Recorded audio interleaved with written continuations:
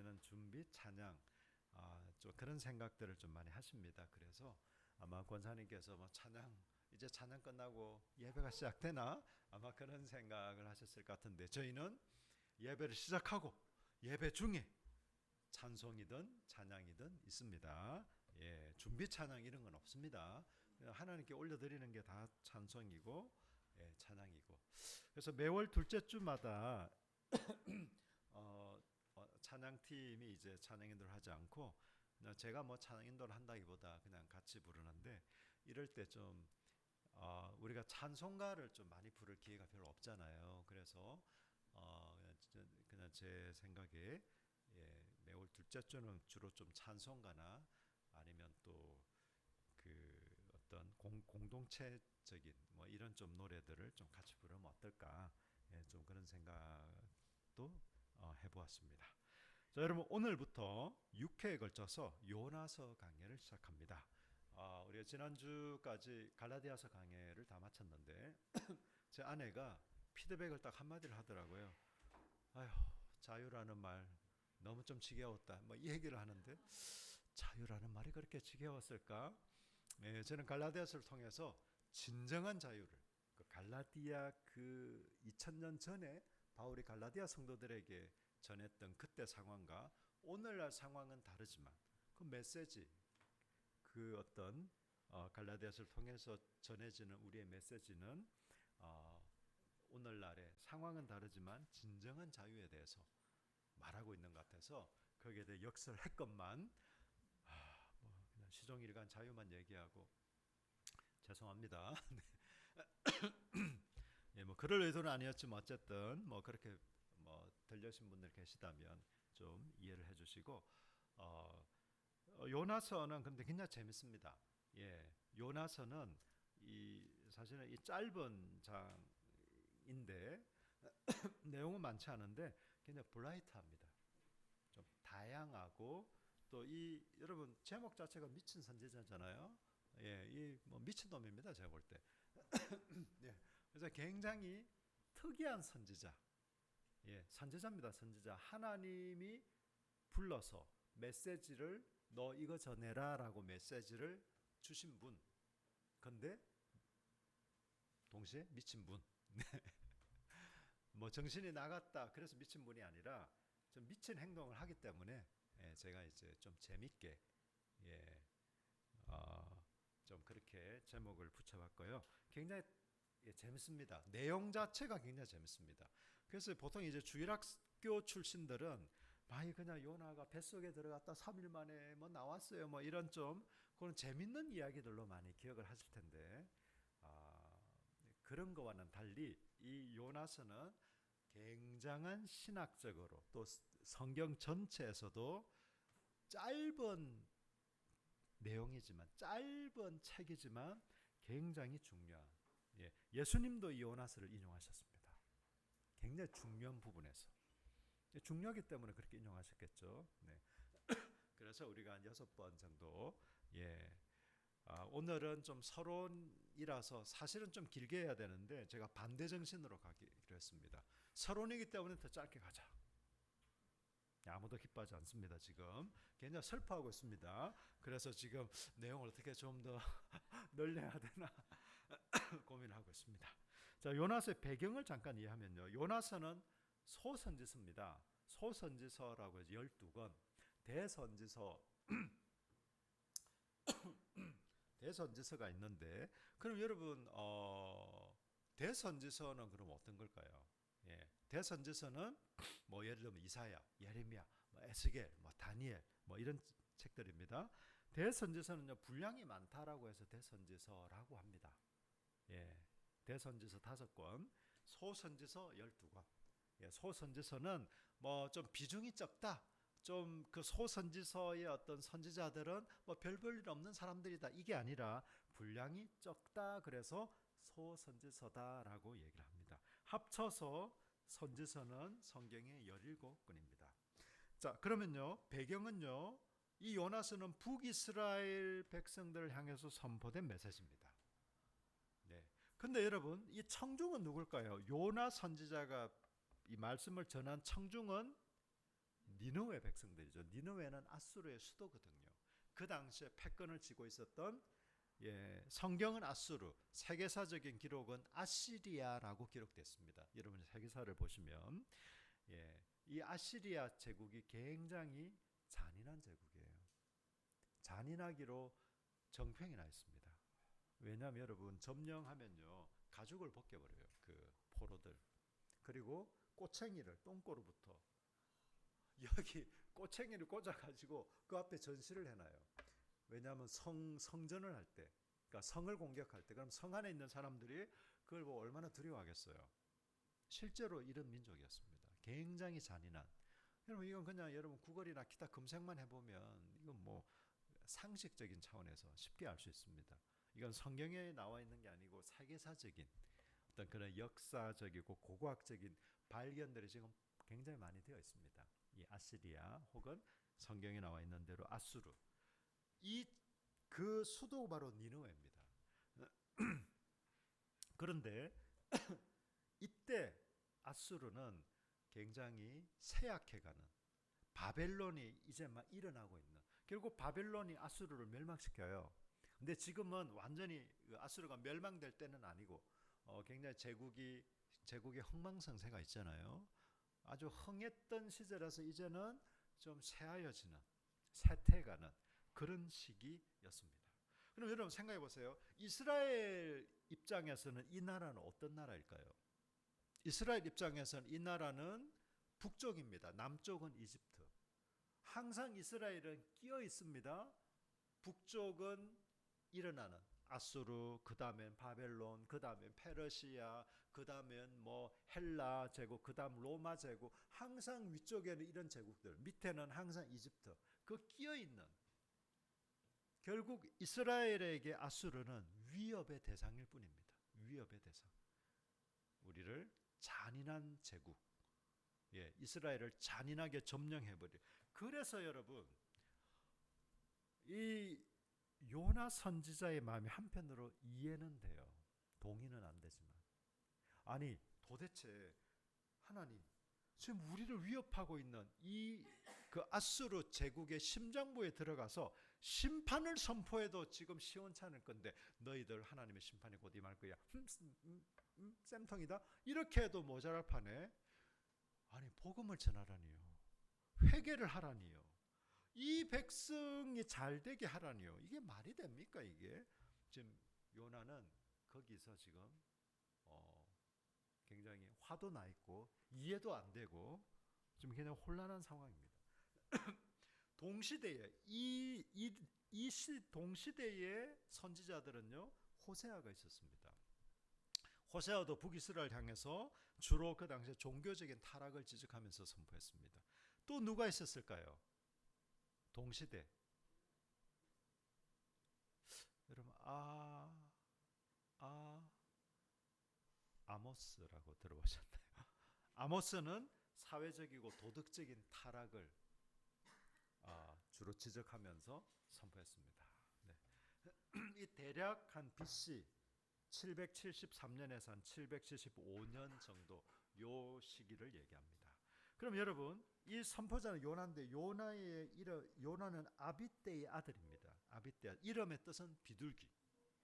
제가 열왕기하 14장 25절을 읽어드릴게요. 이스라엘의 하나님 여호와께서 그의 종 가드 헤벨 아미떼 아들 선지자 요나를 통하여 하신 말씀과 같이 여로보암이 이스라엘 영토를 회복하되 하맛 어기에서부터 아라바 바다까지 하였으니, 이 열왕기서 기자는 이렇게 얘기하고 있는 거죠. 아미떼 아들 선지자 요나. 반면 여러분 아수르는 쇠퇴하는 시기였습니다. 반면 이스라엘은 어느 시절이었을까요? 이때 종교적으로는 굉장히 타락한 시절. 이때 북이스라엘 왕이 여로보암 2세였어요. 여로보암 2세. 정치적 경제적으로는 부흥기 번성기였습니다. 그러니까 이스라엘은 굉장히 번성하는 시기, 비록 영적으로는 암울했지만, 그러나 아수르는 쇠퇴해가는 시기. 이게 어떤 세계적인 워드 파워였습니다. 자, 1장 3절 보십시오. 그러나 요나가, 요나는요 하나님의 말씀을 들었어요. 요나야, 너 니느웨 가서 내가 지금 너한테 하는 말 전해라. 그게 선지자거든요. 선지자는 자기 생각, 자기 말을 하면 안 돼요. 하나님이 자기 입술에 두신 말, 하나님이 전하라고 하는 말을 전하는 사람이 선지자입니다. 그런데 싫은 거예요, 요나는. 왜?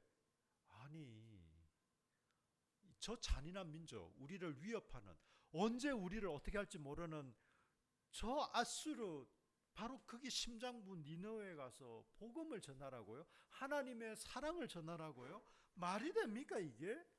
좀 더, 그래서 의도적으로 거부합니다. 그게 그러나 요나가 여호와의 얼굴을 피하려고 일어나 다시스, 여러분 다시스가 지금의 스페인입니다. 스페인. 얼마나 먼 곳입니까? 거의 이스라엘에서는 굉장히 먼 곳입니다.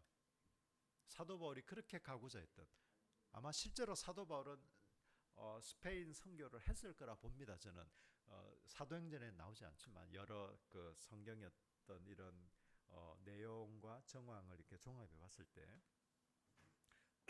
하여튼 다시스, 그 스페인어로 반대 방향입니다. 예를 들어서 이쪽이 니느웨다 그러면 완전히 반대 방향으로 굉장히 멀리 달아나는 거예요. 도망가는 겁니다. 여러분, 요나가 뭐 믿음이 없거나 내지는 요나가 뭐 게을러서 그런 건 아니고 하나님의 뜻이 이해가 안 되는 거예요. 하나님 뜻이 이해가 안 돼요. 아니, 이해를 하면서 용납이 안 돼. 그러나 여러분 하나님의 뜻이 이해가 되고 만족스러우세요? 저는 제 주위에 하나님께 서운한 사람들을 많이 봤어요. 사실 저도 하나님께 서운한 거 많아요. 하나님 어째 이러십니까? 그럴 때 종종 있습니다. 인간적으로 이건 아니지 않습니까? 라고 항변할 때도 여러 번 있었습니다. 하나님 이럴 수 있습니까? 진짜. 여러분 사실은 제가 일일이 다 물어보진 않았지만 많은 성도들이, 많은 하나님을 믿는 사람들이 하나님, 감히 하나님께 막 대들고 하는 그 표현의 차이는 있겠지만 좀 섭섭하고 서운한 마음을 느낄 때가 많습니다. 저는 한편으로 공감합니다. 왜? 저 역시 그러니까. 뭐 바람직하진 않겠으나 섭섭함을 느낄 수는 있을 거라고 생각해요. 계속 그렇게만 느끼고 있으면 좀 문제가 될 수 있겠는데, 그렇게 느끼다가도, 그렇게 좀 투덜거리다가도 결국은 그래도 하나님 어쩝니까? 좀 불쌍히 여겨주십시오. 그래도 하나님 사랑합니다. 이런 고백으로 이어질 때도 많습니다. 하나님을 향해서 서운한 감정이 들은 것만으로 너무 죄스러워하지 마십시오. 그건 우리가 드는 감정일 수 있습니다. 그러나 요나처럼 여러분 하나님의 뜻이 잘 이해가 안 돼서, 하나님의 뜻이 잘 용납이 안 돼서, 혹은 너무 좀 서운하고 섭섭해서 분명 이 길로 가야 되는 게 맞을 것 같은데, 분명 하나님이 원하시고 기뻐하시는 것은 이거 같은데 고의로 여러분 거부하고 계신 거 혹 있습니까? 섭섭한 감정은 우리가 느낄 수 있고 또 그럴 수 있다고 봐요. 그러나 그러나로 시작되는 여러분 삶의 태도, 행동이 있다면 돌이킵시다. 뭐 저를 포함해서 개고생합니다. 개고생. 개고생하고 남자들은 미친놈이 되고 여성들은 알아서 생각하십시오. 여러분 1장 3절을 또 보십시오. 그러나 요나가 여호와 얼굴을 피하려고 일어나 다시스로 도망하려 하여 요바로 내려갔더니, 일부러 요바라고 한 거예요. 왜? 요바는 항구거든요, 이스라엘에. 그러니까 항구니까 뭐 배들이 있겠죠. 니느웨로 가지 않고 반대 방향으로. 근데 보시면 그 다음 단어 내려갔더니, 그 다음 단어가 뭡니까? 마침. 자, 따라합시다. 마침 다시스로 가는 그 배를 만났어요. 마침, 하필이면 그때. 하나님께서 마침 없어야 되는 거 아니에요? 떠난 지 30분 전에 떠났는데 어떡하지? 한 달 뒤에나 있는데, 그때 뭐 매일 있었겠어요, 어디? 그렇게 멀리 가는 배가? 네. 어쩔 수 없이 니느웨로 갔더라. 뭐 이렇게 해야 될 것 같은데, 마침 해필이면 그때 다시스로 가는 배가 딱 있었어요. 그래서 이 요나는 거기에 탑니다. 마침이면 여러분, 이게 하나님의 뜻일까요? 환경이 이렇게 열렸네. 이거 보니까 하나님의 뜻인가 봐. 여러분, 그럴까요? 뭐 그럴 수도 있고 사실 아닐 수도 있습니다. 환경이 열리는 것은 하나님의 뜻이기도 합니다. 그럴 때도 있습니다. 환경을 열어주심으로 하나님이 이렇게 인도하시는구나 라는 걸 우리가 확인하고 아는 경우도 있습니다. 그런데 우리가 하나님의 뜻을 거부하고 죄악 가운데 나아갈 때도 마침이 해당될 때도 있습니다. 그럴 땐 자기 합리화를 하시면 안 돼요. 내가 죄를 지으려고 하는데 마침 환경이 딱 열렸다. 그게 하나님 뜻이겠어요? 그럴 리가 없습니다, 여러분. 반대의 경우도 가능합니다. 하나님의 뜻대로 살려고 하고, 주님을 기쁘시게 하려고 하고, 주의 복음을 선포하려고 하고, 하나님 말씀대로 순종하려고 하는데 상황은 더 꼬여요. 하나님께 순종하려고 하고 하나님 말씀대로 살려고 하면 마침 뭐가 열려야 되는 거 아닙니까? 근데 그럴 때도 있는데 확률상 그러지 않을 때가 더 많은 것 같아요. 이건 이제 제 주관적인 느낌입니다. 중요한 것은요, 여러분, 기계적으로 그걸 우리가 판별할 수 없습니다. 상황이 열리니까 하나님 뜻입니다. 반대로 상황이 열리니까 하나님 뜻이 아닙니다. 이렇게 할 수 없어요, 여러분. 그러면 그걸 어떻게 알 수 있습니까? 여러분, 하나님과의 내밀한 관계에서 점검해 보셔야 됩니다. 그건 개인적이고 공동체적으로 확인해 보셔야 됩니다. 그래서 우리를 한 몸으로 부르셨습니다. 혼자 신앙생활 잘할 수 있을 것 같으면 왜 우리를 한 몸으로 불렀을까요? 예. 개인적으로 여러분 하나님과의 관계에서 여러분 모르는 사람 목소리는, 혹은 제가 가끔 굉장히 뜸하게 연락하시는 분은, 물론 이제 전화번호가 저장돼 있으면 제가 그냥 누구입니다 목소리를 잘 분별을 못해도 그렇게 하는데, 전화번호가 저장이 안 돼 있으면 가끔 연락하는 분은 제가 잘 못 알아 들을 때가 있어요. 저기 죄송하지만 누구십니까? 그럼 굉장히 서운해요, 그분. 목사님 좀 어려우세요. 예. 근데 여러분, 제가 아내하고 통할 때는요, 제가 가끔 좀 재밌게 하기 위해서 막 어떤 걸 해도 다 합니다. 예. 서로 자주 얘기하고 통하고 이런 사람은 목소리 압니다. 목소리를 알 뿐만 아니라 제가 예를 들어서 뭐 다른 데서 혹은 밖에서 굉장히 좀 마음이 불편하고 이런 일이 있지만, 제가 내색을 안 하려고 이렇게 해도 이렇게 해도 뭐야? 무슨 일이야? 왜 그래? 대체로 압니다, 여러분. 그 아마 부부 사이나 또 가까운 이런 친구들 사이에서는 어느 정도 알 거예요. 하나님과의 관계도 마찬가지예요. 어쩌다 하나님과 관계하는 사람들이 무슨 하나님의 내밀한 관계 속에 그런 걸 분별할 수 있겠어요? 여러분, 사기입니다, 사기. 욕심입니다, 욕심. 하나님과의 친밀한 관계 가운데 하나님의 뜻을 분별해 가는 것. 그리고 그것은 너무 주관적일 수 있기 때문에 저는 이게 나쁘다는 게 아니고, 개인적인 하나님과의 관계를 통해서 확인할 수 없다는 게 아니고 그건 분명 주관적인 거거든요. 그래서 공동체적인 확인도 굉장히 중요합니다. 내가 하나님께 묻고 내 어떤 개인의 일인데 이걸 무슨 공동체, 물론 공동체에 다 알리고 확인받아야 될 의무가 있는 건 아니에요. 그러나 좀 개인적인 것이라 하더라도 공동체적으로 확인을 받으시면 훨씬 더 건강하고 더 확실합니다. 네. 여러분 요나는 이스라엘의 선지자였습니다. 요나는 하나님의 뜻을 알았습니다. 알았기 때문에 너무 싫었어요. 알았기 때문에 용납을 할 수가 없었어요. 알았기 때문에 불순종했습니다. 그래서 다시스로 스페인으로 배를 탔습니다. 다음 주는 더 흥미진진한 내용이 기다리고 있답니다. 여러분 우리 한 가지만 기억하십시다.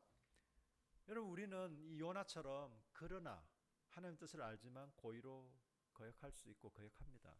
여러분 죄 짓는 사람이 몰라서 죄 지을까요? 아닙니다, 여러분. 네. 실수로 죄 짓는다? 뭐 그럴 수도 있겠죠. 그런 건 사실 크게 문제 안 될 수도 있어요. 우리는 죄를 몰라서 짓지 않아요. 죄를 싫어서 짓지 않습니다. 죄가 주는 달콤한 게 있기 때문에 죄를 짓습니다. 네.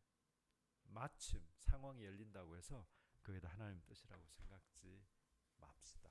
반대로 하나님과 내밀한 관계 속에서 분별하고 공동체적으로 또 서로 나눔을 통해 분별해서 어쨌든 우리는 하나님의 뜻을 알고 또 하나님의 뜻 가운데 순종하며 살아가는, 그럴 때 우리가 가장 행복한 거 아닙니까? 물고기가 물속에 있을 때 행복한 거 아닐까요? 물고기가 물 밖으로 튀어나오면 우리가 땡큐죠. 바로 횟감치니까 우리가 땡큐지만 물고기는 너무 안타까운 거죠. 우리는 물속에 있을 때 자유롭습니다, 여러분. 이게 물 밖으로 나오면 이게 자유가 아니에요. 죽습니다, 그건. 네. 요나도 사실 죽을 뻔했어요. 네, 그건 다음 시간에 우리 잠깐 기도할까요? 우리가 하나님과 어떤 친밀한 관계 가운데 하나님의 뜻을 분별하고 그 친밀함을 누리도록, 그리고 우리가 공동체적으로 하나님의 뜻을 확인하고 함께 나아가는 복된 믿음의 여정, 복된 삶이 되게 해달라고 우리 좀 간절한 마음으로 통성으로 함께 기도하시겠습니다. 오 아버지 하나님,